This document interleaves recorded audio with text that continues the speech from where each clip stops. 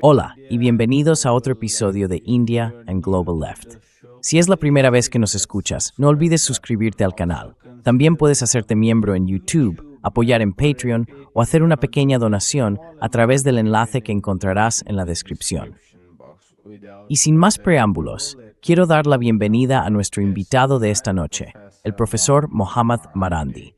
El profesor Marandi es de Irán y enseña en la Universidad de Teherán. Profesor Marandi, bienvenido de nuevo a India and Global Left. Muchas gracias por invitarme. Siempre es un placer estar en tu programa. Así que la administración estadounidense dice que ha cancelado sus ataques contra Irán y que están muy cerca de alcanzar un acuerdo. Mi pregunta para ustedes, ¿este momento es realmente diferente de todas esas ocasiones que hemos tenido en los últimos 100 días, más o menos?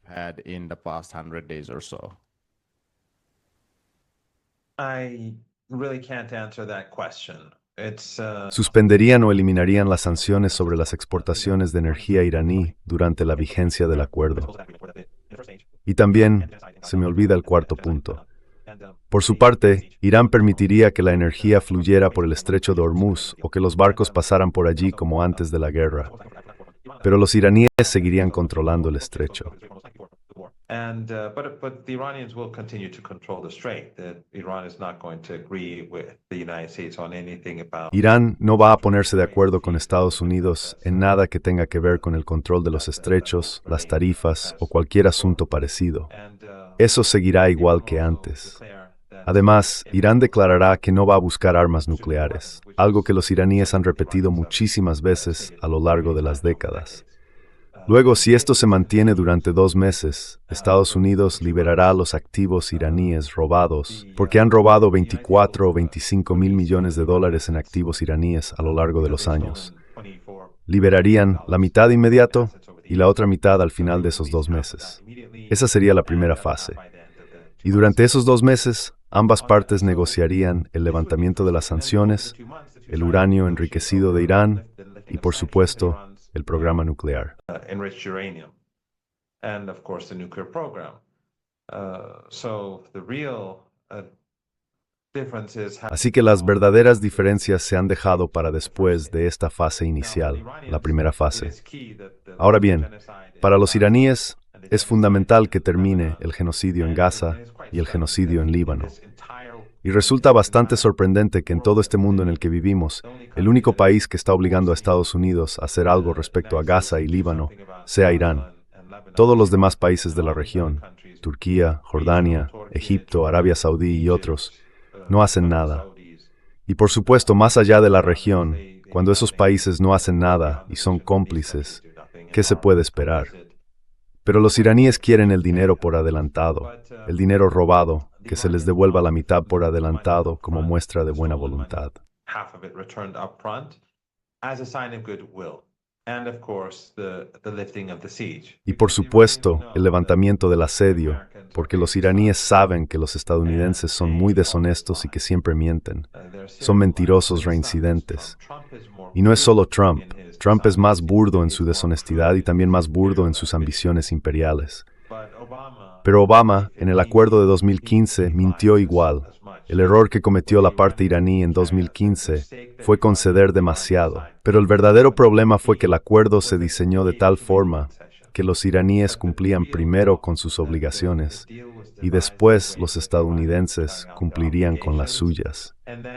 Y los iraníes sí cumplieron con sus obligaciones, pero los estadounidenses aprovecharon eso como una oportunidad para no cumplir las suyas, porque vieron que los iraníes ya habían hecho sus concesiones.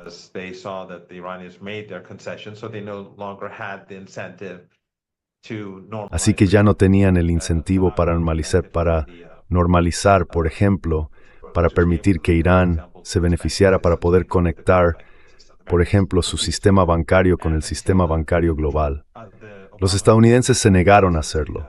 Y hasta el final de la administración Obama, el gobierno de Obama aumentó las sanciones contra Irán.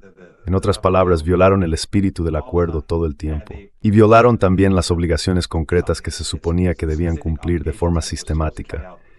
Y eso para Irán ha sido muy importante. Y por supuesto que Trump rompiera el acuerdo, el comportamiento de Obama, Trump y Biden le ha dado una lección a Irán.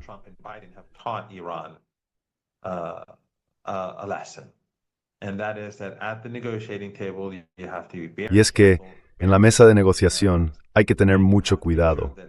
Hay que ser muy duros con los estadounidenses. Y hay que asegurarse de que cumplan con sus obligaciones antes de que uno cumpla con las suyas, porque de lo contrario, se abstendrán de hacerlo. Y como imperio, creen que tienen privilegios y derechos especiales y que uno no es su igual. En cierto modo, el sionismo y el excepcionalismo estadounidenses son muy parecidos. Creen que son seres humanos superiores y que nosotros somos seres humanos subordinados. El sionismo, por supuesto, es peor. Consideran que los demás son subhumanos e indignos de vivir. Pero el excepcionalismo estadounidense no se queda muy atrás.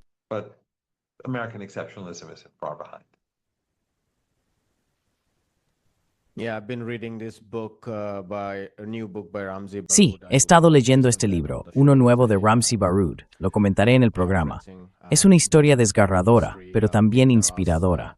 Beit Daras, un lugar en Gaza, solía ser un pueblo lleno de vida antes de que llegara el colonialismo de asentamiento y empezara a destruirlo, aunque esa limpieza étnica nunca ocurrió como ellos querían. Pero sí, cuando hablaste del mal del sionismo, me vinieron a la mente algunas de esas historias. En fin, me llamó la atención cuando dijiste que dentro de la posibilidad de un acuerdo viable, mencionabas el fin del genocidio en Gaza y también en Líbano. Quiero decir, mi impresión era que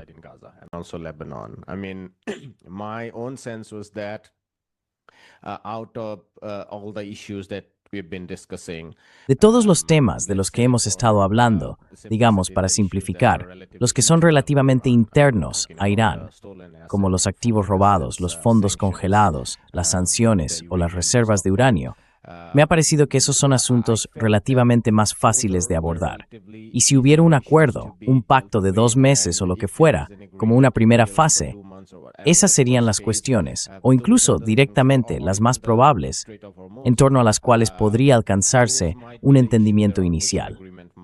Luego están los temas regionales, que implican al Líbano y a otros aliados en la zona, las bases estadounidenses, que Irán insiste, y esto es muy importante, en que deben desaparecer. Esos me parecen asuntos mucho más difíciles de resolver mediante un acuerdo. Creo que se decidirán más bien por la propia fuerza de los acontecimientos, a medida que evolucionen sobre el terreno y cambie el equilibrio de poder entre las partes. Pero tú dijiste que el fin del genocidio es lo más prioritario.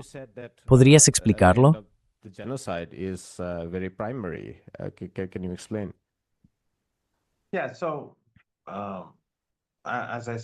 Sí, como dije antes, hasta hace un par de semanas estábamos reduciendo las diferencias.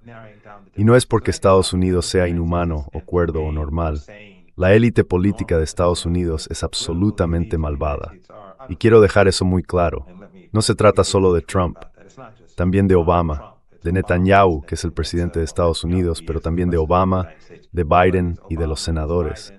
Es toda la clase política y sus amos.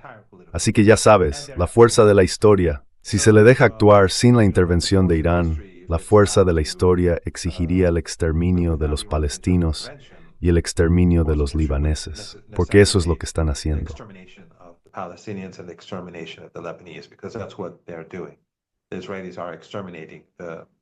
Los israelíes están exterminando a la gente en el sur del Líbano mientras hablamos. Las víctimas son simplemente inimaginables. Y Occidente, por supuesto, apoya todo esto por completo. Los periodistas occidentales lo apoyan totalmente. Los periodistas occidentales en Beirut están intentando desesperadamente, los periodistas de los grandes medios, de los medios corporativos, justificar las atrocidades. Hablan de objetivos de Hezbollah, de bastiones de Hezbollah, y en las redes sociales lo único que se ve son familias muertas, matanzas y masacres de civiles, igual que en Gaza.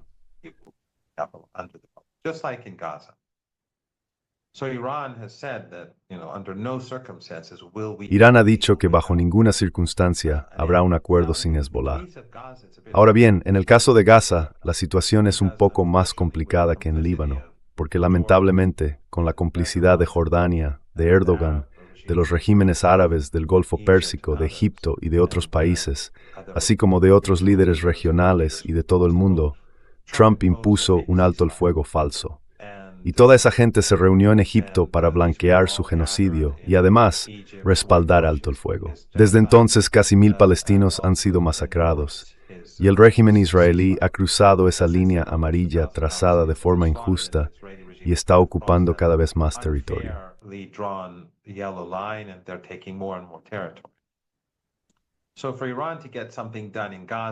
Así que para Irán, lograr algo en Gaza es más difícil que en Líbano, porque los estadounidenses dicen, ya tenemos un alto el fuego respaldado por Erdogan, por Sisi y por todos esos otros líderes cómplices. Aún así, los iraníes están decididos a provocar algún tipo de cambio en Gaza. Irán le ha prometido a Hamás que pase lo que pase y cueste lo que cueste, no van a renunciar a ese objetivo. Y por supuesto, lo mismo ocurre con Líbano. Hasta hace un par de semanas, la distancia entre Irán y Estados Unidos se había reducido bastante y ya teníamos un texto acordado. Pero entonces, de repente, los estadounidenses añadieron algunas cláusulas nuevas a ese texto y los iraníes dijeron, no estamos ni siquiera negociando.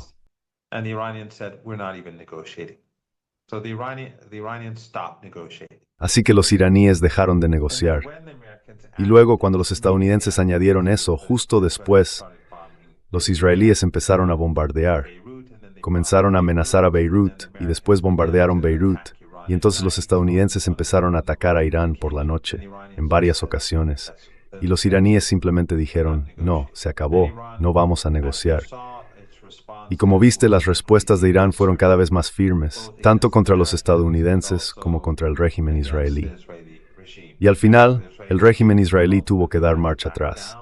Y los estadounidenses y los iraníes, hasta anoche, se estaban golpeando cada vez con más fuerza.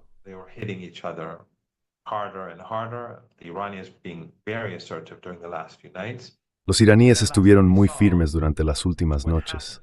Y luego anoche vimos lo que pasó. El día anterior, los estadounidenses, a través de los cataríes, enviaron un mensaje a Irán diciendo que habían retirado esas disposiciones adicionales o esas exigencias añadidas del texto. En otras palabras, hemos vuelto a la situación de hace 2 semanas. Y los iraníes dijeron, de acuerdo, ahora podemos estudiarlo. Pero luego, anoche, Trump lanzó todas esas amenazas y dijo que iba a destruir Irán para provocar esto, ya sabes.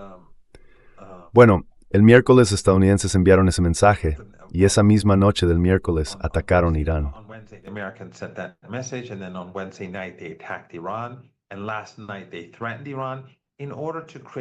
Y anoche amenazaron a Irán para crear esa imagen de que si hay un acuerdo, esa es mi interpretación, los estadounidenses llegan a ese acuerdo desde una posición de fuerza, porque en realidad los estadounidenses se han echado atrás, han retirado esas nuevas exigencias. Así que Trump, si firma un acuerdo ahora, se sentirá débil. Por eso tuvo que bombardear Irán anteanoche, a lo que Irán respondió. Y ayer estuvo lanzando todas esas amenazas de golpear a Irán con fuerza. Y así subáis realmente. En resumen, lo que ha pasado es que los estadounidenses han retado.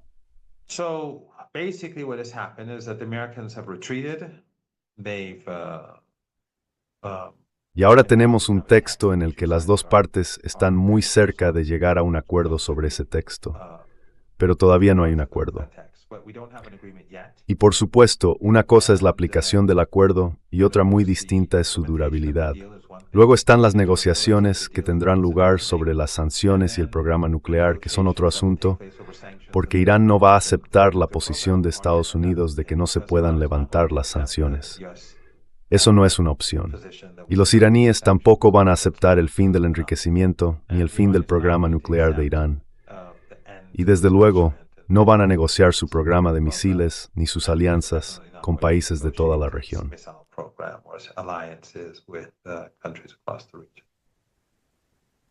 El portavoz del Ministerio de Asuntos Exteriores iraní, Ismail Bagheri, dijo a los medios iraníes que ahora se está debatiendo un documento que está más cerca que nunca de ser aprobado. Así que espero que incluya algunas de esas bases que acabas de mencionar, que puedan servir como la primera ronda de acuerdos sobre la que construir algo. Y después habrá que ver qué viene a continuación. Solo una aclaración sobre mi uso de la expresión «la fuerza de la historia». No quise decir necesariamente sin la intervención de Irán. Lo que quería decir es que cosas como el fin de las bases estadounidenses en la región no se firmarán en un papel blanco o rojo, porque eso sería como el final de un imperio, como si se acabara de un solo golpe.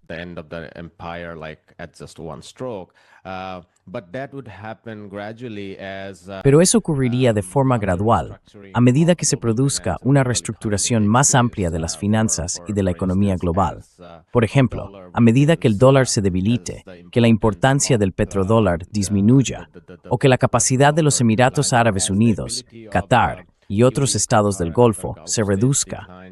Cuando su capacidad para comprar armas estadounidenses o invertir en acciones de Estados Unidos disminuya, esa base desaparecerá. Eso es lo que quería decir cuando hablaba de fuerzas más amplias sobre el terreno, incluso en Palestina o en Líbano.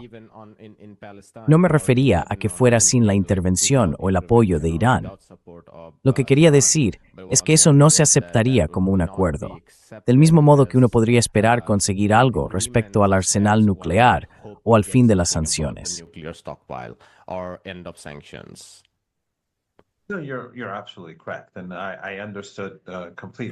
Tienes toda la razón, y lo entendí perfectamente.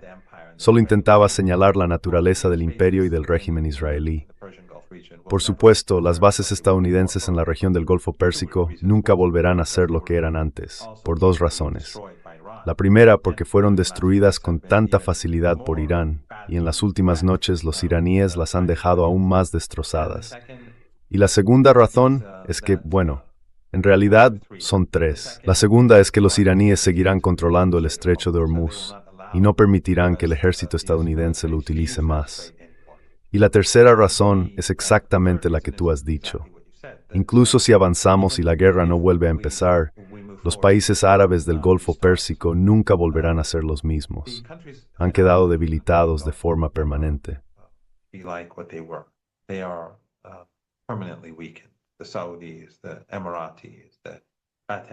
Los saudíes, los emiratíes, los cataríes, los bahreiníes, los kuwaitíes, esos regímenes están debilitados de forma permanente, y por eso Estados Unidos, que ha sufrido tanto, ya no tiene el mismo incentivo económico.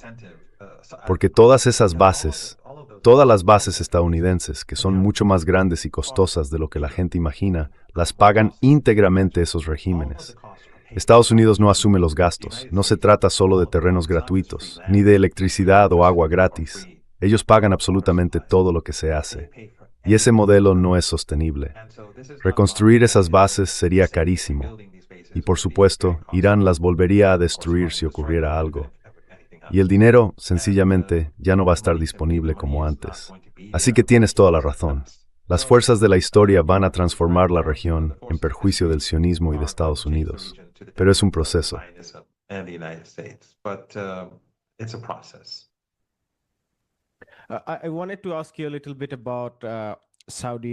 Quería preguntarte un poco sobre Arabia Saudí en concreto, porque hay gente que está marcando una diferencia entre Arabia Saudí y otros estados del Golfo, especialmente los Emiratos Árabes Unidos, pero también Bahrein, Kuwait y digamos Qatar. Y el análisis es que podría haber más margen de cooperación entre Irán y Arabia Saudí que entre Irán y los Emiratos.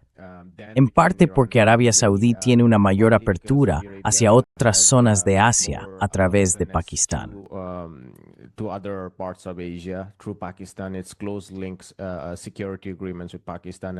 Sus estrechos vínculos y acuerdos de seguridad con Pakistán, y por tanto la posibilidad de una mayor cercanía con China, dado el lazo tan fuerte entre China y Pakistán.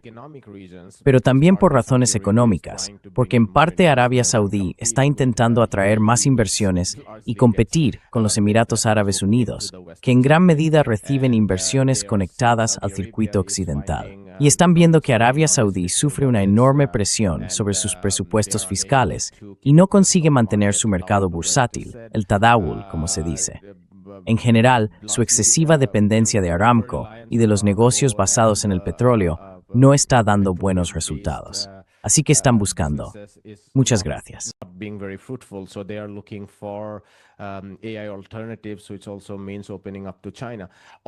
A medida que la guerra ha cambiado el panorama de Asia Occidental, con Irán convirtiéndose en un actor más poderoso que antes en la región, y Arabia Saudí manteniendo su propia importancia, a diferencia de los estados más pequeños como Kuwait, Qatar o los Emiratos Árabes Unidos, cree que habrá una mayor cooperación entre Irán y Arabia Saudí para sacar a la región de la influencia de Occidente y del imperialismo occidental.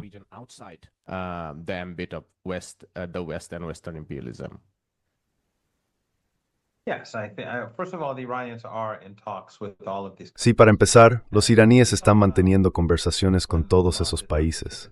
Y vimos cómo, cuando Omán no participó en esa guerra asesina, la relación entre Irán y Omán se fortaleció aún más, y Omán se ha beneficiado enormemente de ello. Al principio de la guerra, hubo un par de operaciones de falsa bandera contra Omán, pero el gobierno omaní sabía que no era Irán. Y esos otros países pagaron el precio de su complicidad en el ataque contra el pueblo iraní.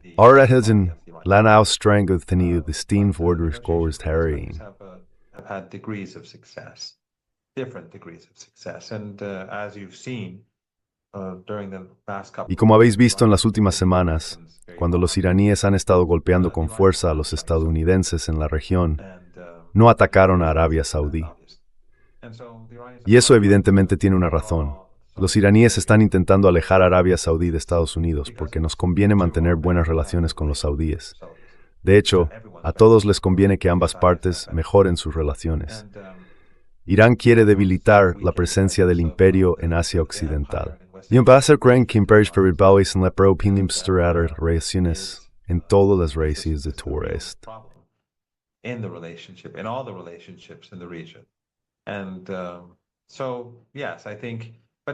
Así que sí, creo que si Estados Unidos reinicia una guerra y si ataca la infraestructura crítica de Irán, todos esos países, por su complicidad, pagarán el precio.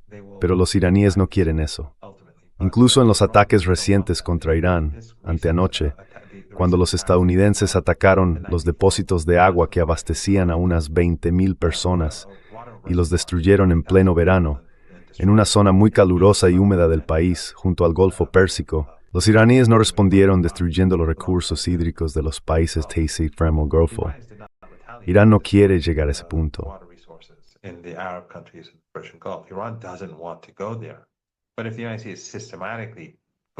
Pero si Estados Unidos ataca de forma sistemática la infraestructura crítica de Irán, Irán no tendrá otra opción. Y bueno, durante esta guerra, los iraníes fueron muy cuidadosos de no matar civiles. Lo comprobé en DeepSeek, y esos países del Golfo Pérsico han dicho que sus bajas colectivas fueron 20. 20 personas murieron durante los 39 días de violencia, mientras que en Irán fueron 3,500. Pero si miras los daños en esos 5 regímenes árabes, los daños son enormes. Así que eso demuestra que los iraníes son mucho más cuidadosos a la hora de no matar civiles que, por supuesto, los estadounidenses y los israelíes. Ellos prosperan con la matanza de civiles.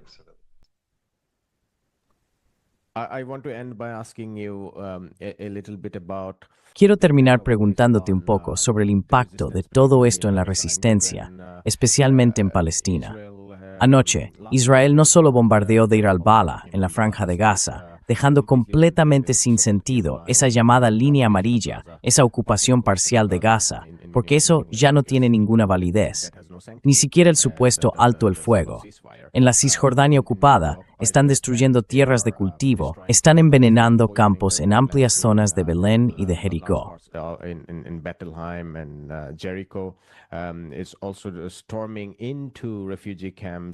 También están entrando con fuerza en los campos de refugiados de las ciudades alrededor de Nablus y en otros lugares. Y los bloques de asentamientos siguen aumentando. Hace 2 días se aprobaron legalmente 62 nuevos bloques de asentamientos. Y la historia continúa. Algunos académicos palestinos, en particular, decían que el inicio de la guerra con Irán hizo que la atención mundial, que estaba muy centrada en Palestina y en Israel, se desviara. ¿Cree usted, o de qué manera, si esta actividad tiene unidas a Irán permite que resistencia en la oposición en Palestina? The resistance against occupation in Palestine? For people to better understand, they have to Mira, para que la gente lo entienda mejor, tiene que comprender la ideología religiosa que está detrás de la resistencia. El Islam chií, como ya hemos comentado antes, es un componente muy poderoso dentro de esa ideología. Su forma de entender la religión, su visión del mundo, se construye a partir de la idea de apoyar a los oprimidos y enfrentarse a los opresores. Y los palestinos son, para los iraníes, una pieza clave en esa visión del mundo. Durante las últimas décadas, algunos países muy poderosos de la región han utilizado el sectarismo para demonizar a Irán y a los chiíes, recurriendo a la desinformación, las mentiras y la difamación. lies and slander. Because they want to preserve. ¿Por qué? Porque quieren preservar sus regímenes, obviamente. No quieren que la gente mire hacia la revolución ni que se inspire en ella. Y la segunda razón es ocultar su complicidad o justificarla.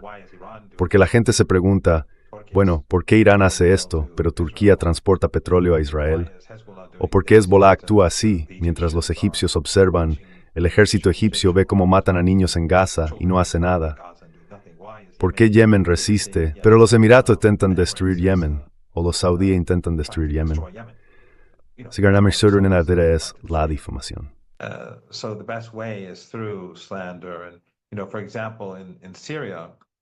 Por ejemplo, en Siria, la razón por la que Irán defendió al gobierno sirio a partir de 2013, cuando decenas de miles de combatientes del ISIS fueron llevados al país por agencias de inteligencia occidentales, turcas y de otros lugares, no fue porque el gobierno fuera malo o porque el presidente fuera alawí. No tenía nada que ver con eso. Fue porque Irán sabía que se trataba de una conspiración del imperio. Y por eso también entró Hezbollah. Eventualmente, two other Syria's of war, destillad, un grupo títer el ISIS que actuó por encargado en Botsgas por en Paut.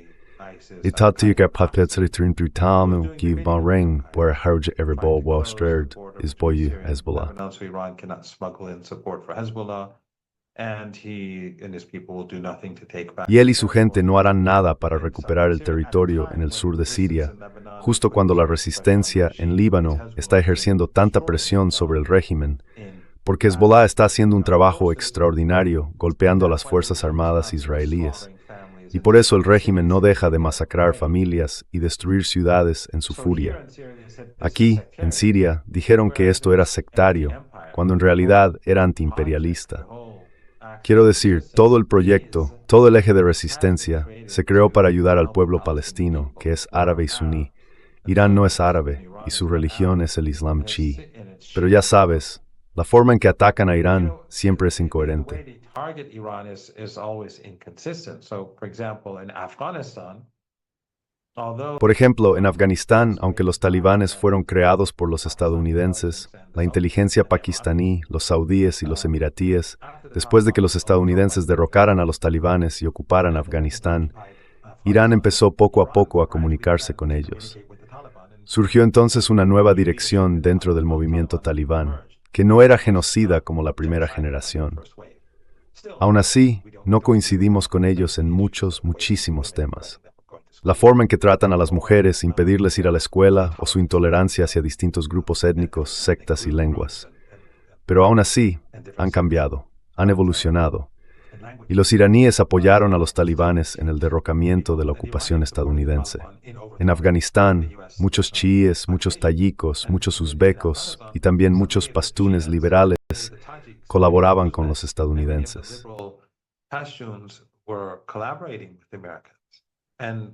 They accuse Iran of supporting the Taliban. Y acusaron a Irán de apoyar a los talibanes. Pero bueno, eso es justo lo contrario de lo que se le acusa en Siria. La realidad es que hay una coherencia en la postura de la comunidad iraní y de la resistencia, y es que el mal absoluto es el imperio. Es el imperio el que crea el extremismo y el terrorismo, y el que enfrenta a países y comunidades entre sí para mantener su autoridad y su poder. Así que en Afganistán, yo diría que lo que hizo Irán fue la posición moralmente correcta, y a la larga beneficia a todos. Lo que hizo Irán en Siria y lo que hizo Hezbollah en Siria también fue la posición moralmente correcta. Y quienes promovieron el sectarismo, el odio racial y todo eso en Siria, en realidad estaban sirviendo a los intereses del imperio.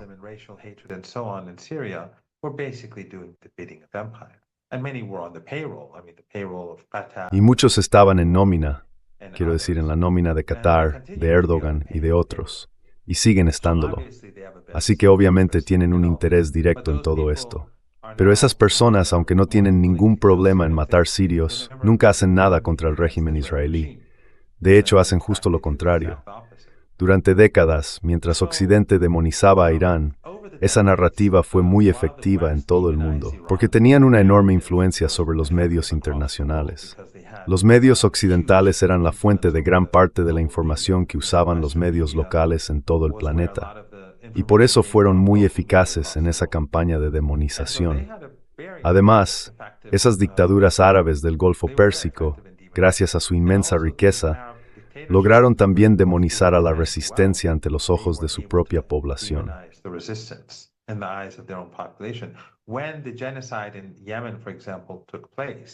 Cuando ocurrió el genocidio en Yemen, por ejemplo, la guerra genocida, Al Jazeera, el gobierno de Turquía, los cataríes, todos estaban de acuerdo y llevaban la división entre los Emiratos, los saudíes y Qatar llevó al bloqueo contra Qatar. Fue cuando Qatar se apartó de esa política. Y por supuesto, Turquía también cambió de postura por Erdogan, por sus intereses financieros y por sus intereses estratégicos ligados a la riqueza qatarí.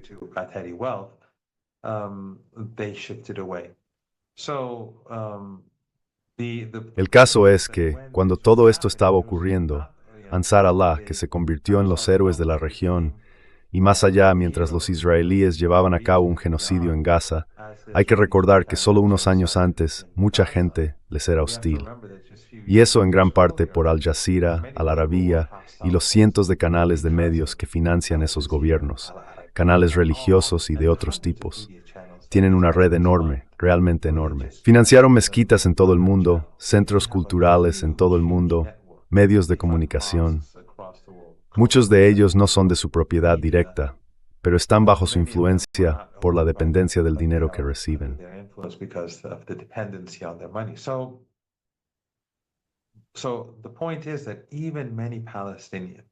El punto es que incluso muchos palestinos tenían una visión negativa del Islam por culpa de ese sectarismo, de ese odio racial, de esas narrativas que se difundían día y noche en los medios árabes y por supuesto en todo el mundo.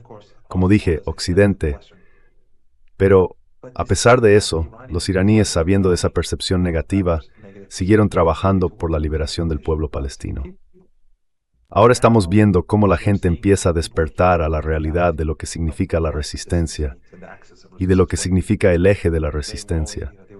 Siempre se decía que Irán utilizaba a los palestinos para obtener beneficios, pero los iraníes han sufrido enormemente y se ha librado una guerra contra ellos. Aún así, se negaron a abandonar la causa palestina.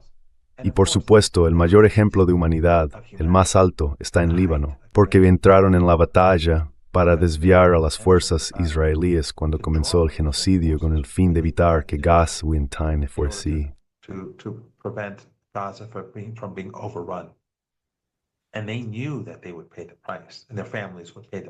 Y sabían que pagarían el precio y que sus familias también lo pagarían. Y hoy están pagando ese precio. La masacre en el Líbano no se está contando. Es algo extraordinario. Es enorme. Y luego está esta conspiración maligna en el Líbano contra la resistencia. El régimen impuesto, el presidente y el primer ministro, con el apoyo de las embajadas occidentales, las ONG occidentales, Y esos regímenes árabes del Golfo Pérsico que financian a sus grupos de Al-Qaeda, a sus wahabíes y salafistas takfiríes, están impidiendo que los refugiados del sur puedan ir a otras zonas del Líbano, usando la animadversión religiosa y el odio sectario. Así que en lugar de apoyarlos frente al régimen israelí, están intentando rodearlos. Y están bloqueando la ayuda que llega de Irán y de Irak. Tiendas de campaña, mantas, comida, cualquier cosa. Blankets, food, anything. And then you have the Al-Qaeda forces on the Y luego están las fuerzas de Al-Qaeda en la frontera con Siria, rodeándolos. Tienes al régimen israelí bombardeando ciudad tras ciudad, masacrando familias, médicos y paramédicos. Y después está el régimen, ese régimen siniestro en Beirut, bloqueándolos y cercándolos. Aún así, Hezbollah sigue resistiendo y contraataca, y sus seguidores se mantienen firmes. Es mucho más difícil para Hezbollah que incluso para Hamas, en el sentido de que Hamas tenía el control de Gaza y la yihad islámica palestina les ayudaba. Pero en Líbano, el país está completamente infiltrado por fuerzas vinculadas a Occidente, fuerzas genocidas como las fuerzas libanesas, que llevaron a cabo la masacre de Sabra y Chatila en 1982, matando hasta 3.500 palestinos en el campo de Sabra y Chatila en solo 48 horas, hombres, mujeres y niños. 500 Palestinians up to 3,500 in the Sabra Shatila camp in 48 hours, men, women, and children. These monsters are Western allies. And then the Takfiris and Esos monstruos son aliados de Occidente. Y luego están los takfiríes y los demás. Así que Hezbollah está rodeado, por dentro y por fuera, por Al-Qaeda y por el ISIS. Pero han mantenido esta resistencia para proteger a los niños de Gaza.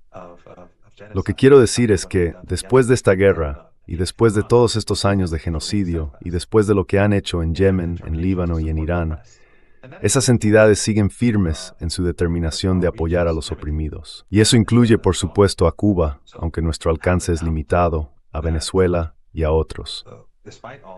Así que no tengáis ninguna duda de que a pesar de todas las dificultades que hemos soportado, pero sobre todo los libaneses, el compromiso con el pueblo de Palestina sigue siendo firme.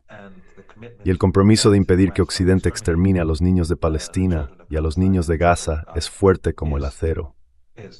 Así que a través del acceso y de la resistencia, seguiremos apoyando al pueblo palestino desde traer justicia en Palestina. and it is determined to bring about justice in Palestine.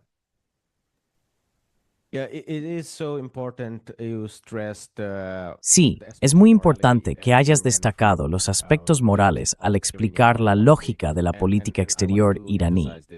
Y quería subrayarlo, porque gran parte del análisis occidental sobre la política exterior de Irán, incluso el de personas que no se consideran necesariamente anti-iraníes, tiende a meterlo todo en la caja del realpolitik, donde la moral no tiene cabida. Así que incluso, como decías, el apoyo iraní a la resistencia de los talibanes contra la ocupación estadounidense se interpretaría como un movimiento de realpolitik, en lugar de verse como una postura moral contra el imperio, la ocupación y el imperialismo. O, por ejemplo, quienes llamaban liberales a la Alianza del Norte en Afganistán, por su supuesta tolerancia hacia el imperialismo, los derechos de las mujeres o los derechos de las minorías. Eran los mismos que no mostraban ningún interés por el pluralismo al que de hecho el gobierno de Assad decía estar comprometido en Siria, y luego apoyaban a las fuerzas takfiríes, y ahora dicen que no hay espacio para la moral. Todo esto viene a decir que, si uno mira la producción intelectual del sur global en las décadas de los 30, los 40 o los 50, se daba por hecho que el antiimperialismo creaba un universo moral sobre el cual podía construirse la solidaridad del sur global.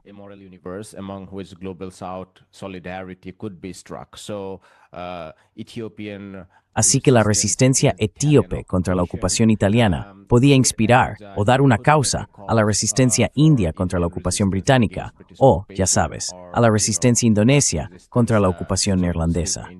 Pero hoy, lo que intento decir es que estamos viendo algo parecido, como acabas de explicar.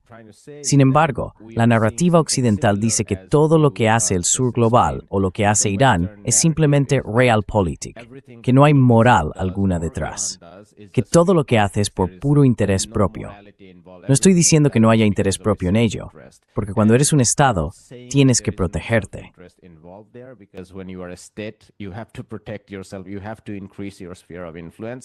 Tienes que ampliar tu esfera de influencia como una forma de supervivencia. Pero eso no lo es todo. Hay espacio para la moral. Y quizá lo digo porque he estudiado revoluciones por ejemplo, la Unión Soviética solía enviar mucho dinero a los sindicatos indios durante la Guerra Fría, no porque quisiera derrocar al gobierno de la India, sino por su motivación ideológica hacia los movimientos sindicales del sur global. Eso no es realpolitik en el sentido occidental, como sigue siéndolo hoy. Hay otras motivaciones en juego, y la moral tiene su lugar en este tipo de análisis de las relaciones exteriores, algo que no suelo ver muy a menudo. Perdón por el comentario tan largo.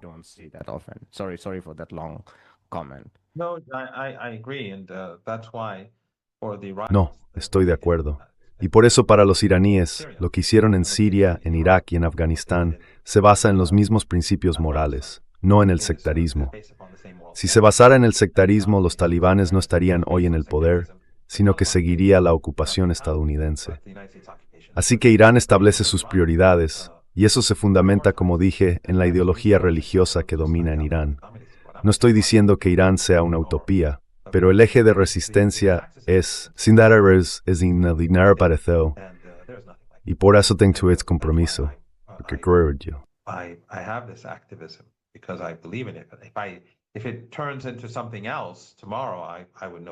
Si mañana se convirtiera en otra cosa, yo ya no lo apoyaría.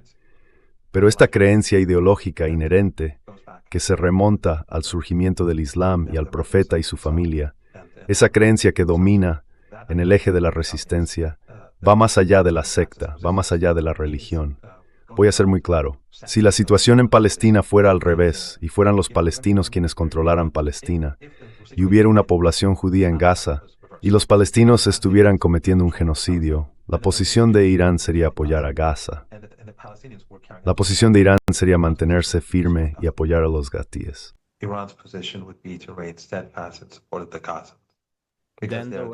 Entonces, Occidente diría que esto es una acción de los chiíes contra los suníes, porque siempre tienen esa narrativa.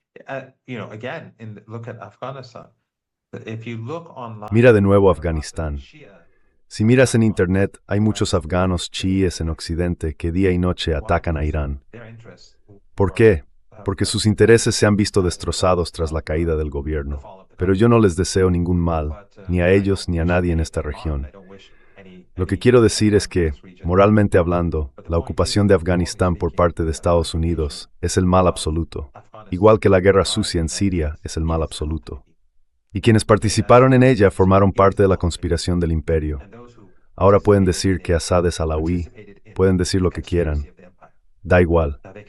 El imperio es lo que más destruye, por encima de todo.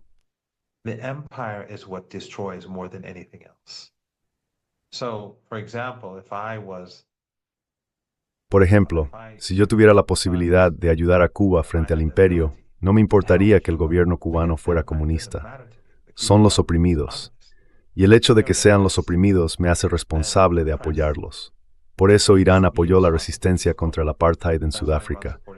Por eso cuando Bosnia estaba a punto de desaparecer del mapa, ningún otro país ayudó a los bosnios. Los bosnios eran suníes. Irán fue a Bosnia, invirtió en Bosnia. Hubo iraníes que murieron allí. El hermano de un amigo mío murió en Bosnia. Se llamaba Nawab. En árabe sería Nawab. ¿Por qué? Porque eran las víctimas. Y ya sabes, a Occidente le gusta presentar a Irán de una manera muy concreta.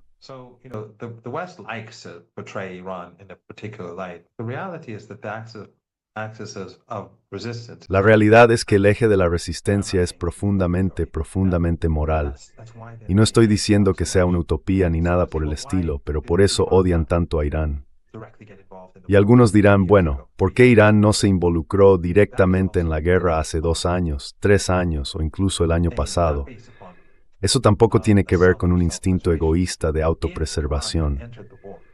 Si Irán hubiera entrado en la guerra sin haber creado una base sólida y hubiera salido gravemente dañado, cualquier daño a Irán debilitaría al eje. porque al final Irán es el centro que da fuerza a todo el eje.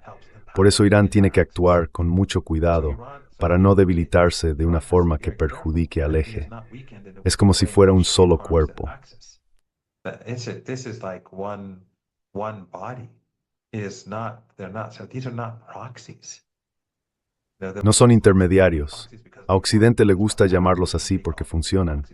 Los regímenes árabes los llaman intermediarios porque así es como ellos operan, pagando. Esto es una hermandad, o si quieres hablar en términos feministas, una sororidad. Para nosotros los lazos son muy profundos. Creo que la cima de la humanidad está en este eje. Lo que han hecho los libaneses, lo que ha hecho Hezbollah, es algo que la gente de todo el mundo debería estudiar. Y la resistencia va a continuar y va a crecer y seguirá creciendo. E Irán no va a abandonar la causa palestina, ni al pueblo palestino, ni a los niños de Palestina, ni a los niños de Gaza. Eso está más allá de lo imaginable. That is just beyond imagination. Thank you, Professor Marandi, Gracias, profesor Marandi, por situar el imperio en el centro de este análisis, porque muy a menudo se presenta como un conflicto, como si solo hubiera dos bandos sin ninguna jerarquía moral o de legitimidad, y cosas así. Y también gracias por recordarnos que la resistencia no es solo una coalición cínica para sobrevivir frente al imperio, sino que tiene algo más, cosas como el idealismo, la solidaridad con los oprimidos y demás. Muchísimas gracias, de verdad. Lo aprecio mucho. Solidarity with the oppressed and so on. Thank you so much, appreciate it. Muchas gracias por invitarme. Siempre es un verdadero placer. Hi, my name is Ayushman. Hola, me llamo Ayushman. Junto con Mudiar Jyotishman, hemos puesto en marcha esta plataforma. Durante los últimos 2 años, hemos intentado crear contenido para las fuerzas de izquierda y progresistas. Hasta ahora, hemos entrevistado a economistas, historiadores, analistas políticos y activistas.